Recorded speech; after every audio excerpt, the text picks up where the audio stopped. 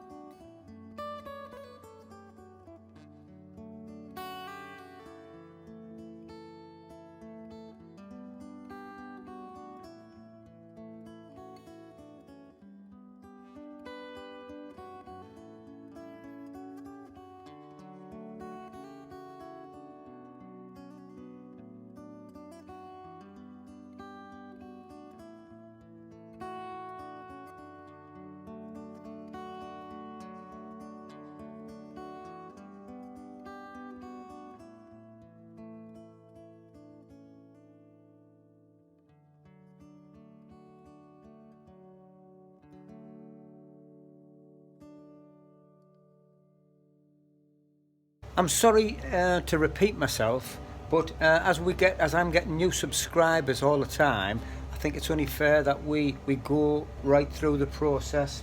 And it's so important that when you're setting your wedgie stand, we're going to make a 12 segment ring on this bowl. So it's making sure that that is exactly right at the right angle, because it's just so important. Just 1 degree out and you know you'll have gaps in your ring, so it's got to be so tight, and make sure that you've got your knobs turned down real tight. another important part, and I'm sorry to repeat myself once again, another one which is so important, and I sometimes forget myself, it's just so easy to do, but you must put a wiggly line down the wide part, and down the thin part you put one continuous line down, and the reason will become apparent when I'm gluing the rings up. We're going to do a 12 segment ring, as I've just explained, but the circumference of the base of the bowl is 660 millimeters. So if you divide that by the 12, it gives you 55 millimeters. That's the size of the long ended, or the long length of the segment. But we're going to put a little bit of Sepele in, so I suppose that we'll make the Sepele 3 millimeters long, so we want each ring 53 millimeters long, and on the middle two we'll put another millimeter onto it, so it's just that little bit bigger, so we get the nice curved bowl. So what we need is the long end of the segment to be 52 millimeters. Tighten that down, and we'll cut one just to check on the size of it. Right, I've cut the first segment and measured it up. Yes, it is 52 millimeters long. Now, the way that we cut the segments is you cut the first segment, or the first cut, on number 1. I have them numbered number 1 and number 2. So the first cut is on number 1, the second cut is on number 2, third cut back onto number 1, and the fourth cut back onto number 2, and right the way through until we get we're going to want 2 rings at the 52 millimeters, so we want 24 rings of that, and then we also want 24 segments of 54. Then we've got the Sepele to cut into it after that.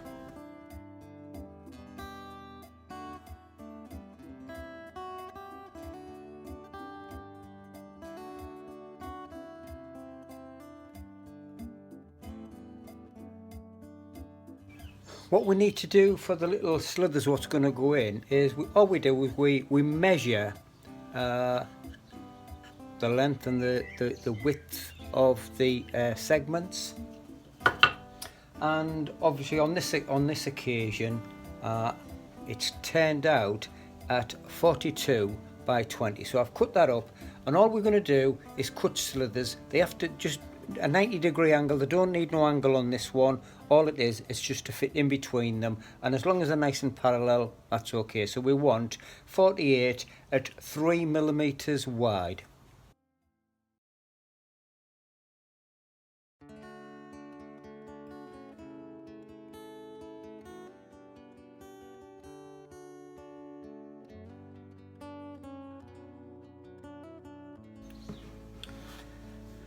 Right, to make each ring, these are the 52 millimeter ones, but it doesn't make a difference what size these are, as long as you don't get them mixed up.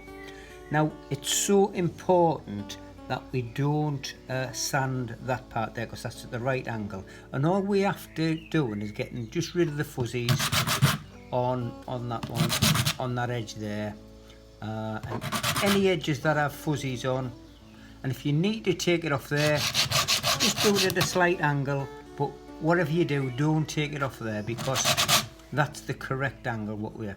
So what I forgot to tell you was, to make each ring you want 6 without the mark on. The mark's on the back, and when you glue them together, we always have the wavy line. That's what I was saying to you earlier on. And then you have 6 with the mark, or the pencil mark, down on the short side. Also, we have 12 of the little inserts, and as I just said there, don't be tempted to sand that down. The glue will thing with it, but all you want is just them. If you see the fuzzies off, and you can take them off and until you get a nice edge, and then we're going to glue them all together.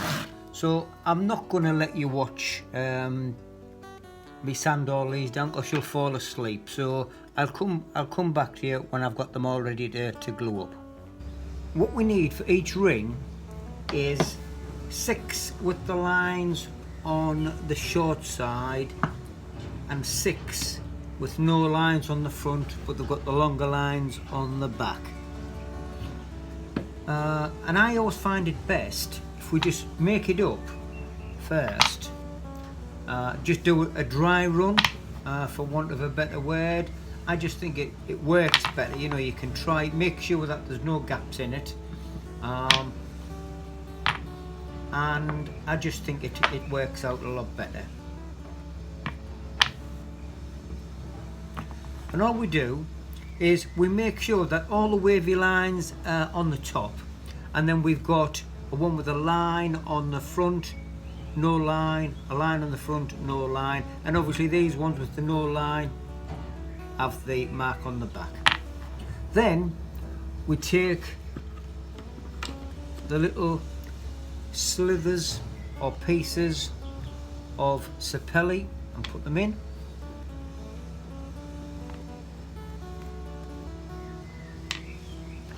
And we'll need 12 of them to make the ring up. And you just place them in, just make sure that everything's going to go well, rather than start putting glue in it and find that one's out, which if you do the sled okay, then I've never had a one with a, I'll just get 2 more. Right, I've never had a failure yet, but it's always best to be on the safe side, and then we'll do the second run with the glue in it. As I've just said, I like to do a dry run, so we'll just put the band on, make sure everything's going to be okay.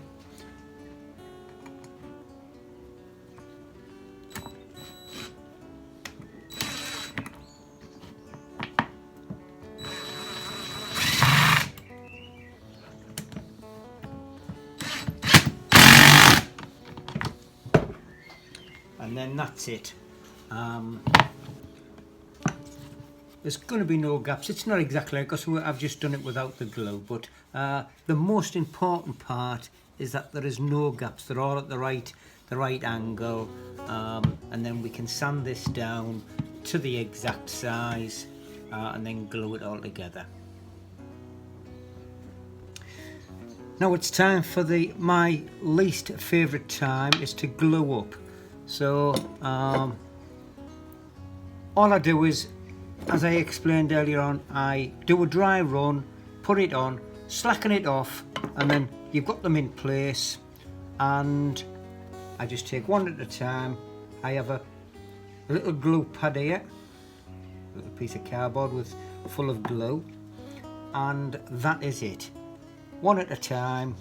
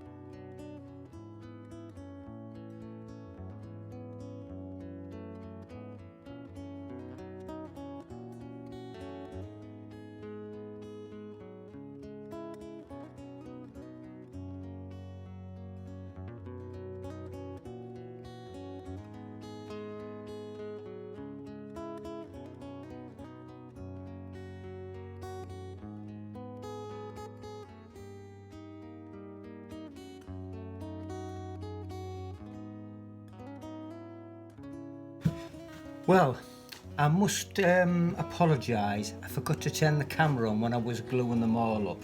But anyway, it's all glued up. Just make sure everything's okay. I'll just undo. The glue's still wet, but it's been in there for 24 hours. It's just the residue glue what's come out from over the top. So what I'm going to do is just allow that to dry. Right, it's dried off sufficient now. All I'm going to do is put a coating of glue around this so that we can spread it out, and then we'll attach it to the base.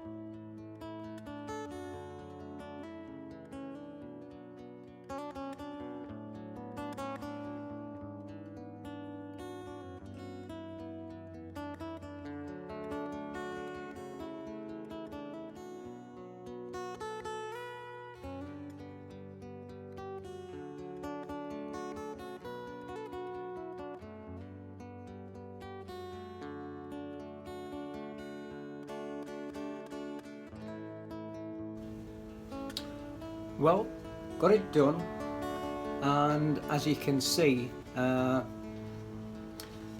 everything's superb. You can see the perfect placement of the rings, really nice bottom on it, and all finished in the front there.